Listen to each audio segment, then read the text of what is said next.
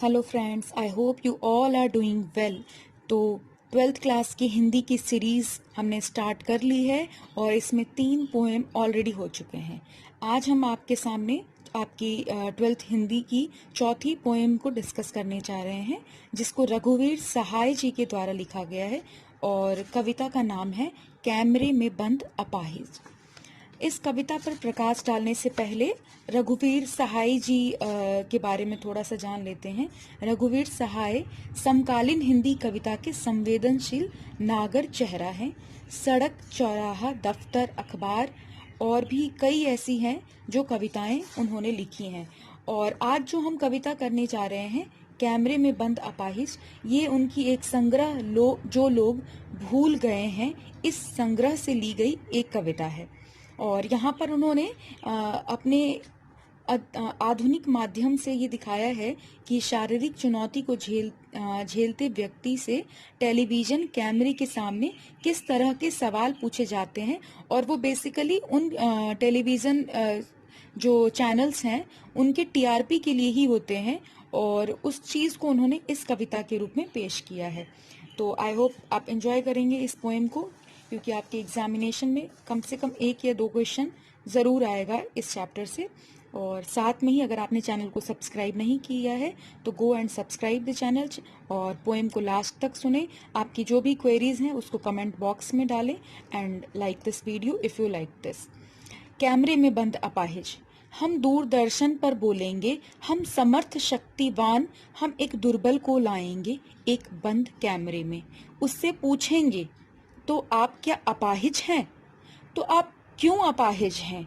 आपका अपाहिजपन तो दुख देता होगा, देता है? कैमरा दिखाओ, इसे बड़ा और बड़ा। हाँ, तो बतलाइए आपका दुख क्या है? जल्दी बताइए, वह दुख बताइए, बता नहीं पाएगा। सोचिए, बताइए आपको अपाहिज होकर कैसा लगता है? कैसा यानी कैसा लगता है? तो आप शुरू से ही इस पोएम को अगर ठीक से अगर पढ़ते हैं तो आप देखेंगे कि यह एक व्यंग है आज के मीडिया कर्मियों के ऊपर, आज के चैनल्स के ऊपर। जो है यह कविता एक व्यंग है, कटाक्ष है और उनसे एक प्रश्न भी है। अब वो क्या करते हैं, तो अपनी टीआरपी बढ़ाने के लिए या अपने चैनल को फेमस करने के लिए दिखलाते हैं कि हम दूरदर्शन पर बोलेंगे, हम समर्थ शक्तिवान हैं, मतलब अपने आप को दिखाते हैं कि वी आर सो पावरफुल और हम बहुत संवेदनशील है। वो दिखाते हैं एक्चुअली कि we are very down to earth, और हमें बहुत जो ह्यूमन की नॉर्मल प्रॉब्लम्स है, पेक्यूलियर प्रॉब्लम्स हैं, उनसे बहुत ज़्यादा आत्मीयता है। तो वो क्या करते हैं, इनफैक्ट चैनल्स तो आप छोड़िए, न्यूज़ चैनल्स, मीडिया तो छोड़िए, साथ में आजकल जो प्रोग्राम्स होते हैं और भी जो प्रोग्राम्स होते हैं, कल्चरल प्रोग्राम्स होते हैं, कोई रियलिटी शोज होते हैं, तो उनमें भी यही किया जाता है। एक दुर्बल को लाया जाता है, एक बंद कमरे में उसको बिठाया जाता है और उससे पूछा जाता है कि क्या आप अपाहिज हैं। उसकी देखते हुए कि उसकी कोई इशू है, कोई प्रॉब्लम है, उसे याद दिलाया जाता है कि आप अपाहिज हैं।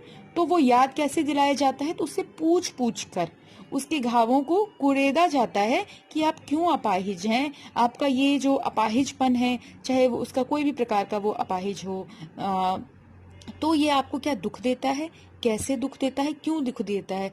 और यह बात उससे बार बार पूछी जाती है। आगे कहते हैं,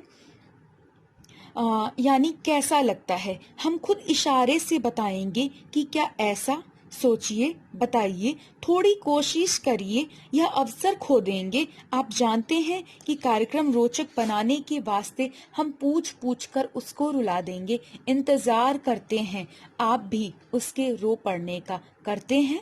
यह प्रश्न पूछा नहीं जाएगा।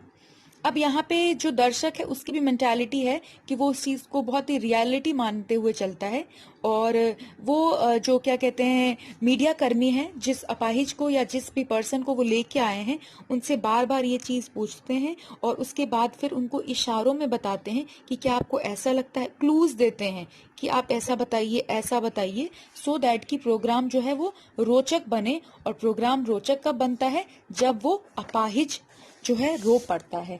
और वहाँ पे मीडिया की जो कोशिश होती है वो ये होती है कि जो दर्शक भी हैं वो भी रो पड़े। और अगर ऐसा हो सकता है, दर्शक भी रो पड़ते हैं और अपाहिज भी रो पड़ता है, तो उनका प्रोग्राम जो है वो बहुत फेमस बन जाता है। यह प्रश्न पूछा नहीं जाएगा कि क्या आप भी रोएंगे, ऐसी चीजें दिखाई जाएंगी कि आपको बहुत ही ज्यादा ग्लानि का, कई बार अजीब सा ही फील होगा और आप रो पड़ेंगे। आगे कहते हैं, फिर हम पर्दे पर दिखलाएंगे फूली हुई आंख की एक बड़ी तस्वीर, बहुत बड़ी तस्वीर, और उसके होठों पर एक कसमसाहट भी। आशा है आप उसकी अपंगता को पीड़ा मानेंगे।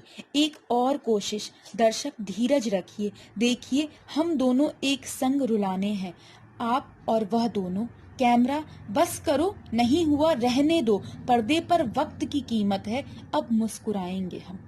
आप देख रहे थे सामाजिक उद्देश्य से युक्त कार्यक्रम, बस थोड़ी ही कसर रह गई। अब यहाँ पे ये बहुत बड़ा व्यंग है और ये रियलिटी भी है। अगर आप इस चीज को आपने देखा ही होगा, हम सभी टीवी देखते हैं कि फिर पर्दे पर बड़ी सी तस्वीर दिखाई जाती है जहां मोटे मोटे आंसू। और अगर किसी को अपनी अपाहिजता से, ऐसा नहीं है, दिव्यांग कहते हैं हमें, उन्हें दुख नहीं होता है कि हाँ हमें पीड़ा देती है, वो इस चीज को एक्सेप्ट करते हैं। और आज के टाइम पे बहुत सारे लोग हैं जो एक्सेप्ट करते हैं, उसके साथ अपना जीवन जीते हैं और भी बेहतर बनते हैं वो दूसरे लोगों से।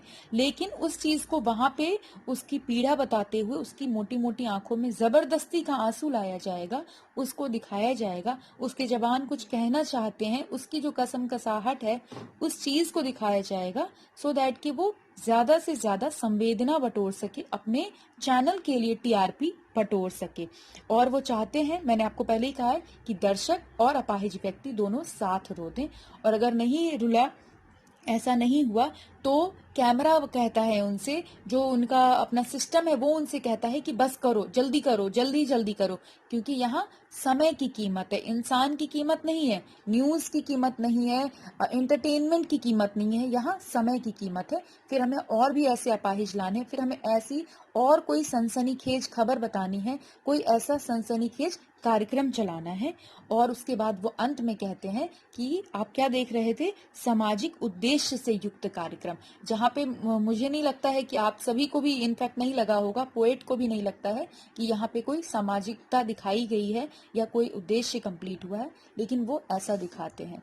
तो इस पूरे पोएम के माध्यम से उन्होंने आज की मीडिया के ऊपर, आज के चैनल्स के ऊपर और आज के कार्यक्रम के ऊपर एक प्रश्न किया है कि उनका जो प्लानिंग है अपने टीआरपी को बढ़ाने का, वो दूसरे व्यक्ति को दुख देता है और इससे उनको कोई लेना देना नहीं है। तो इस चीज के लिए प्रश्न किया है।